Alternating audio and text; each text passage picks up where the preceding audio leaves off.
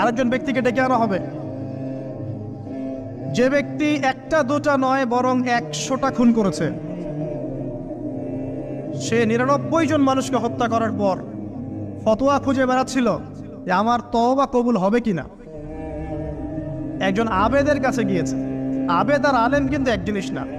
আবেদ মানে যে প্রচুর ইবাদত করে, তার জ্ঞান কম, সে শুধু জানে কিভাবে ইবাদত করতে হয়। আলেম হচ্ছে সে যে শরীয়তের গভীর জ্ঞান জানে, আবার ইবাদতও করে। আবার যারা জ্ঞান আছে আমল নাই, সেও কিন্তু প্রকৃত আলেম না। প্রচুর জ্ঞান আছে কিন্তু জ্ঞান অনুযায়ী আমল করে না, সেও কিন্তু প্রকৃত আলেম নন। এবার আসেন, তো এই আবেদের কাছে গিয়ে সে বলছে আমার কি ক্ষমা হবে, আমি 99টা খুন করেছি। সে বলল তোমার আবার ক্ষমা, তোমার ক্ষমা নাই।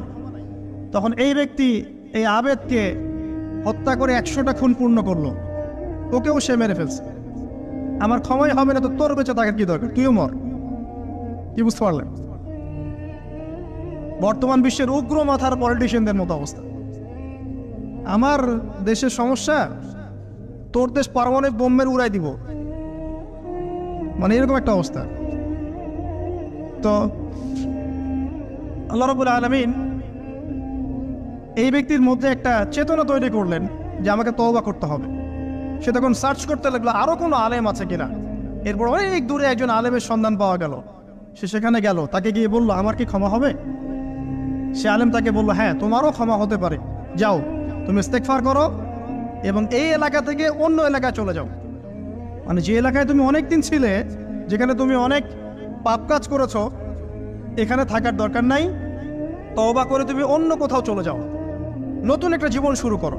এখানে থাকলে হবে কি, তোমার স্মৃতিগুলো তোমাকে তাড়িয়ে বেড়াবে এবং মানুষ তোমাকে খারাপ নজরে দেখতেই থাকবে, তুমি তখন কষ্ট পাবে। এই জন্য তুমি চলে যাও। তো চলে যেতে যেতে সে রাস্তায় ইন্তেকাল করে। এবার তার রূহ নিবে কে? এই জন্য দুদল ফেরেশতা আসছেন, জান্নাতি এবং জাহান্নামী। তাদের মধ্যে বাক বিতরটা হচ্ছে কে রূহ নিয়ে যাবে। তো জাহান্নামের ফেরেশতারা বলছেন সে এতগুলো খুন করেছে, তার রূহটা আমরা নিব। আর জান্নাতি ফেরেশতারা বলছেন না, সে তওবা করতে এসেছিল, অতএব সে আল্লাহর অভিমুখী হয়েছে, তার রূহটা আমরা নিব। আল্লাহ পাক এখানে একটা কৌশল করলেন।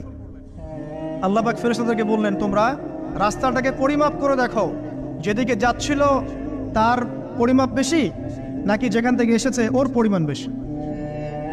আল্লাহ পাক জমিনকে আদেশ করলেন হে জমিন তুমি প্রশস্ত হয়ে যাও। এবার পরিমাপ করে দেখা গেল সে তওবার দিকে আসছিল, এর পরিমাণটা বেশি। এই একটা কাজের ওসিলা আল্লাহ পাক তাকে মাফ করে দিলেন।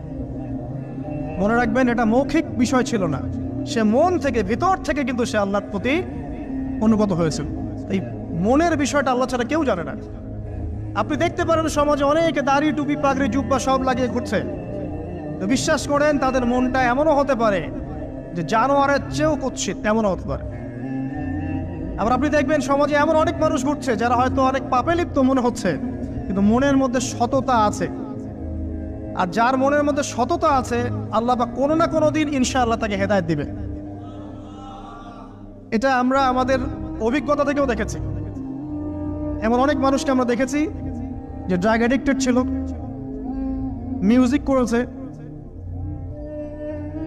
হারাম সম্পর্কের মধ্যে ছিল, নামাজ ঠিক মতো পড়ে নাই, কিন্তু যখনই আল্লাহর কথা আলোচনা হতো দেখতাম সে খুবই শান্তভাবে মন থেকে কথা শুনছে।